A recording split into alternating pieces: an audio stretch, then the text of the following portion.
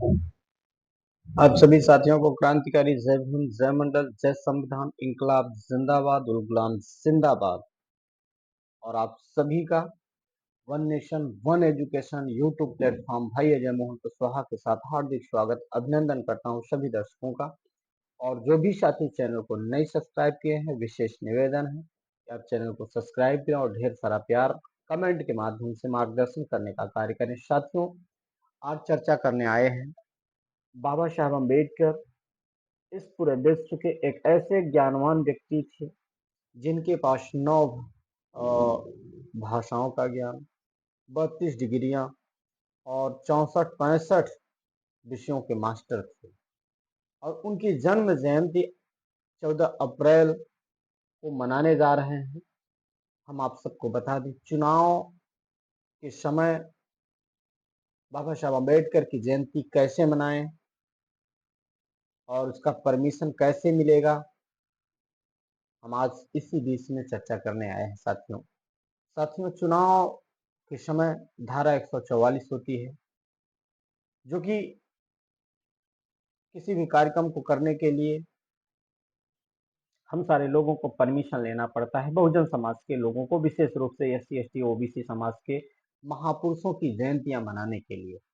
और यहीं पर अगर बात किया जाए उन तानाशाही लोगों को, अगर उन्हें हिंदू धर्म का किसी प्रकार शोभा यात्रा निकालना है, रैली निकालनी है, उन्हें हिंदू देवी देवताओं का कोई भी आयोजन करना है, तो उन्हें किसी प्रकार कोई भी परमिशन की जरूरत नहीं पड़ती, नहीं लेनी पड़ती। ये रवैया तानाशाही सरकार के लोगों की है। और हमें जिस देश को चलाने के लिए, जिस संविधान से जो देश चल रहा है, उस देश को चलाने के लिए, उस महापुरुष की जयंती मनाने के लिए हम सारे लोगों को परमिशन लेना पड़ता है। साथियों, आज इसी पर चर्चा करने आए हैं। साथियों, ये लड़ाई विचारधारा की है। यहाँ पर दो विचारधारा है, समानता की विचारधारा और एक असमानता की विचारधारा। समानता की विचारधारा बहुजन समाज के लोगों के बीच में है, और असमानता की विचारधारा आप सारे लोग समझ रहे हैं। साथियों, इसलिए मैं चर्चा करने आया हूं। साथियों, आज जो प्रशासन में है, आम जनमानस को,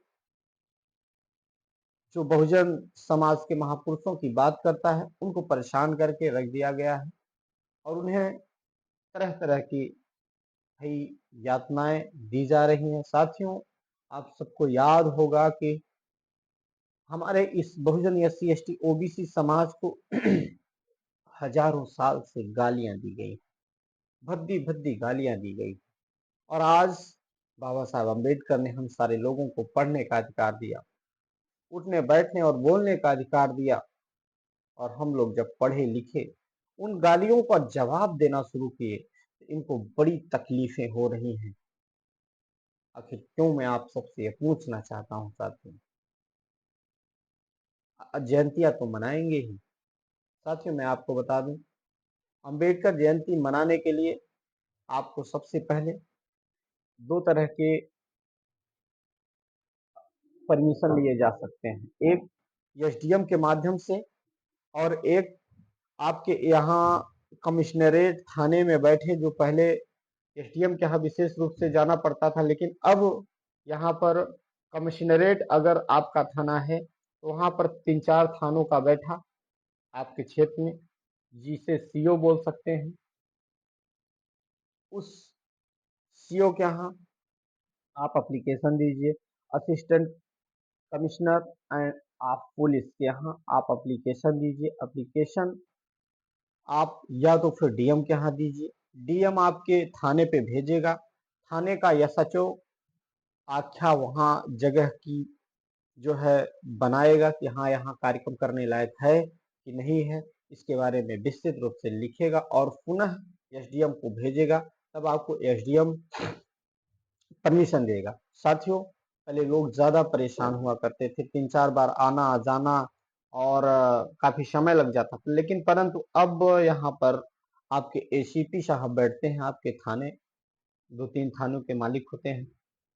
मैं आप सबको बता दूं, एसडीएम और यहाँ पर साउंड का परमिशन लेना बहुत जरूरी है।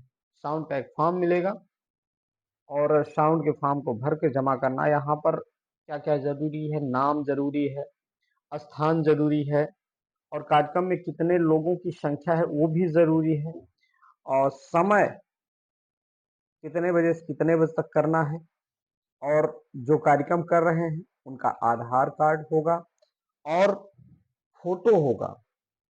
अगर आप किसी संगठन से कार्यक्रम कर रहे हैं तो आप बेशक उस संगठन के अध्यक्ष की फोटो, आधार सब कुछ लगा सकते हैं और एसीपी के पास जमा करेंगे। ACP assistant commissioner police, assistant commissioner of police को आप एसीपी साहब को देंगे तो आपके थाने पे या सचो के पास आएगा और यह सचो आख्या बनाएगा। एसआई के माध्यम से एसआई को भेज करके वहाँ जगह का निरीक्षण करवाएगा, आपके बारे में पता करेगा। उसके बाद पुनः वह एसीपी के पास जाएगा और एसीपी साहब आपको परमिशन देने का काम करेंगे। और विशेष रूप से संख्या लिखना जरूरी होता है। इन सब चीजों को ध्यान में रखते हुए, इन सारी चीजों को ध्यान में रखते हुए आप लोग समय रहते परमिशन ले लीजिए। अभी भी वक्त है, अभी भी मिल जाएगा। और यह परमिशन लेकर के बाबा साहब अम्बेडकर इस देश की धरोहर ही नहीं, बाबा साहब अम्बेडकर एक विचारधारा है। मैं आप सबको यह एक और संदेश देना चाहता हूँ, अगर आप सारे लोग अम्बेडकरवादी बनते हो, अम्बेडकरवादी बनने से पहले अम्बेडकर के विचारधारा के लिए आप लोग काम करें। अगर ब्राह्मणवाद का विरोध करते हो, ब्राह्मणवाद का विरोध करते हो तो फिर ये अम्बेडकरवाद क्या है? ये विचारणी है। हमें जहां पर वाद लाते हैं वहां विवाद होता है। इसलिए बाबा साहब अम्बेडकर ने कहा कि पहले पढ़ो, लड़ो नहीं। जब वाद आ जाता है तो विवाद आ जाता है, जब विवाद आ जाता है तो ढेर सारी समस्याएं खड़ी होती हैं। मेरे बहुजन समाज के लोगों, मैं ये चाहता हूं अगर मुझे आप लोगों की फिक्र ना होती, इन सारे विचारों पे हम आप लोगों के बीच में यह कार्य ना करते। हमें ये जरूरत है हमारा ये बहुजन समाज पढ़े और लिखे और सारे पूरे विश्व का नेतृत्व करे और दिल्ली की गद्दी करी जाए। मैं आपसे उम्मीद करता हूँ आप सारे लोग बड़ी धूमधाम से बाबा साहब अम्बेडकर की जयंती मनाएंगे। जय भीम, जय मंडल, जय संविधान, इंकलाब जिंदाबाद, उल गुलाम जिंदाबाद। चैनल को नहीं सब्सक्राइब किए तो चैनल को सब्सक्राइब करें और ढेर सारा प्यार, मेरा विचार अच्छा लगे तो इसको ढेर सारा लोगों को शेयर करने का काम करें। बहुत बहुत धन्यवाद। अगर आपको एप्लीकेशन लिखाना है तो मेरे पास आ जाइए, मैं लिखता हूँ। ठीक है।